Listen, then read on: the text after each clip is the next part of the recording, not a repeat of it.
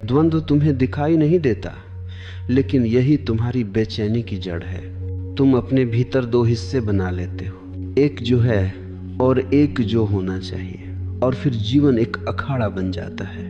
मैंने हजारों लोगों को देखा है, ध्यान करते हुए भी तनाव में, प्रार्थना करते हुए भी बेचैन, साधना करते हुए भी स्वयं से नाराज। क्यों? क्योंकि वे साधना को भी संघर्ष बना लेते हैं। मन कहता है अहंकार छोड़ो, और उसी अहंकार से तुम उसे छोड़ने लगते हो। मन कहता है क्रोध मत करो, और क्रोध से ही क्रोध को दबाने लगते हो। ये ऐसा ही है जैसे कोई आदमी अपनी ही छाया से भागे। जितना तेज भागेगा, छाया उतनी ही तेज दौड़ेगी। मैं तुम्हें एक कथा सुनाता हूँ। एक व्यक्ति मेरे पास आया। उसने कहा, मैं बहुत परेशान हूँ, मन शांत नहीं होता। मैंने कहा, मन को शांत करने की कोशिश मत करो। वह चौंक गया। उसने कहा, आप क्या कह रहे हैं?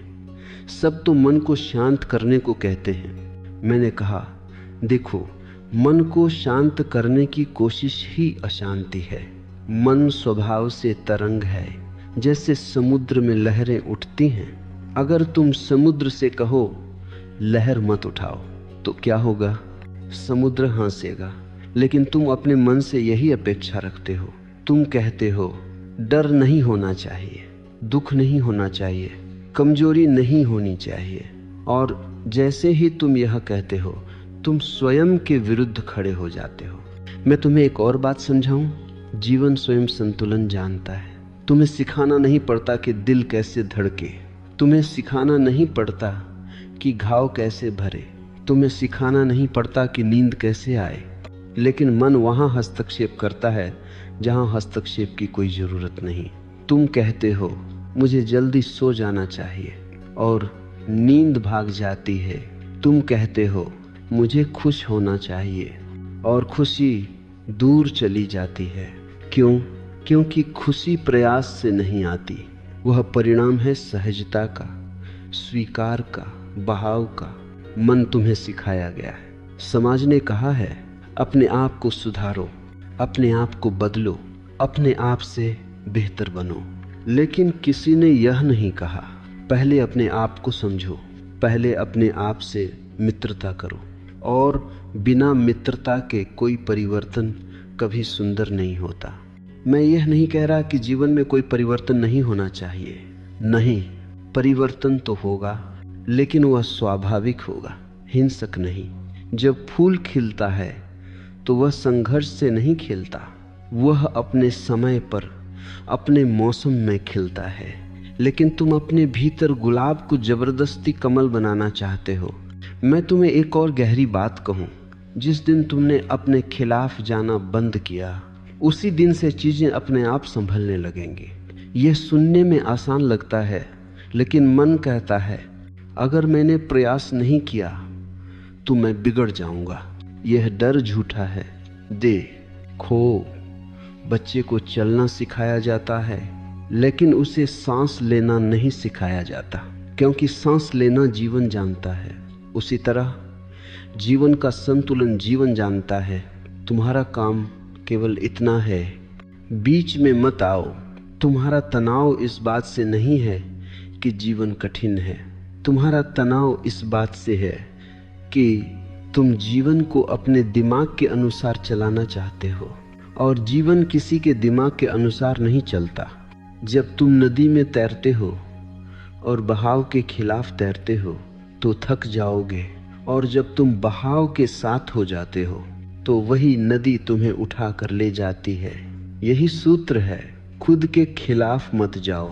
अगर आज डर है तो डर को देखो, उससे लड़ो मत।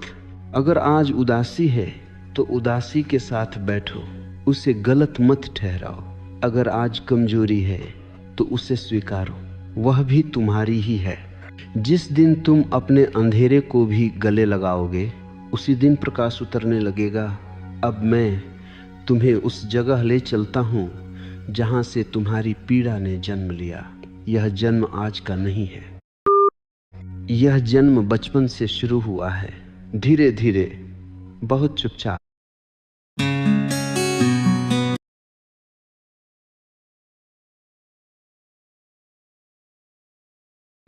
कोई एक दिन तुम अपने शत्रु नहीं बन गए, तुम्हें शत्रु बनाया गया। जब तुम बच्चे थे तुम जैसे थे वैसे ही पूरे थे। हंसी में कोई गणित नहीं था, रोने में कोई तर्क नहीं था, खेल में कोई उद्देश्य नहीं था। तुम स्वतः स्फूर्त थे।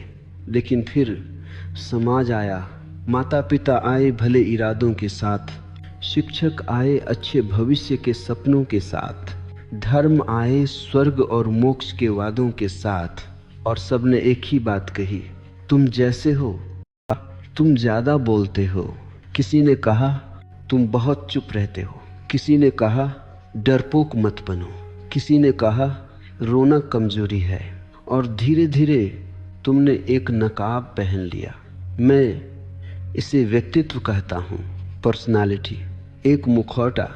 तुमने देखा जब तुम किसी खास तरह से होते हो तो प्रेम मिलता है, स्वीकृति मिलती है, तालियां मिलती हैं। और जब तुम अपने स्वभाव में होते हो तो डांट मिलती है, तिरस्कार मिलता है, अनदेखा किया जाता है। यहीं से सौदा शुरू हुआ। तुमने कहा अगर मुझे स्वीकार होना है तो मुझे खुद को छोड़ना होगा। और उसी दिन तुम दो हिस्सों में टूट गए, एक हिस्सा जो तुम हो, दूसरा हिस्सा जो तुम्हें होना चाहिए, और दूसरा हिस्सा धीरे धीरे मालिक बन गया। अब जब भी पहला हिस्सा बोलता है दूसरा कहता है चुप रहो, ऐसा नहीं होना चाहिए। जब पहला डरता है दूसरा कहता है कमजोर मत बनो। जब पहला रोता है दूसरा कहता है मर्द रोते नहीं, या आध्यात्मिक लोग दुखी नहीं होते। मैं तुम्हें एक गहरी सच्चाई बताता हूँ, तुम्हारी सारी थकान इसी अंदरूनी संघर्ष से है। तुम बाहर किसी से नहीं लड़ रहे, तुम भीतर खुद से लड़ रहे हो। और यह युद्ध बहुत चालाक है, क्योंकि दोनों तरफ तुम ही हो। तुम जीत नहीं सकते। अगर तुम जीतते हो तो भी तुम हारते हो, और अगर तुम हारते हो तो भी तुम हारते हो। इसलिए मन हमेशा हारा हुआ है। मैंने देखा है, लोग कहते हैं मैं खुद से नाराज हूँ। मैं पूछता हूँ कौन नाराज है और किससे? वे चुप हो जाते हैं। ये नाराजगी एक बीमारी है, और इस बीमारी को समाज ने अनुशासन कहा है। मैं अनुशासन के खिलाफ नहीं हूँ, मैं हिंसक अनुशासन के खिलाफ हूँ। वह अनुशासन जो तुम्हें तोड़ता है वह साधना नहीं, आत्महत्या है। तुम कहते हो मुझे ऐसा नहीं सोचना चाहिए, और सोच और तेज हो जाती है, क्योंकि जो भी तुम दबाते हो वह अंधेरे में और ताकतवर हो जाता है। मैं तुम्हें एक उदाहरण देता हूँ। किसी कमरे में एक सांप है, तुम आंख बंद कर लो और कहो सांप नहीं है। क्या सांप चला जाएगा? नहीं, वह और खतरनाक हो जाएगा।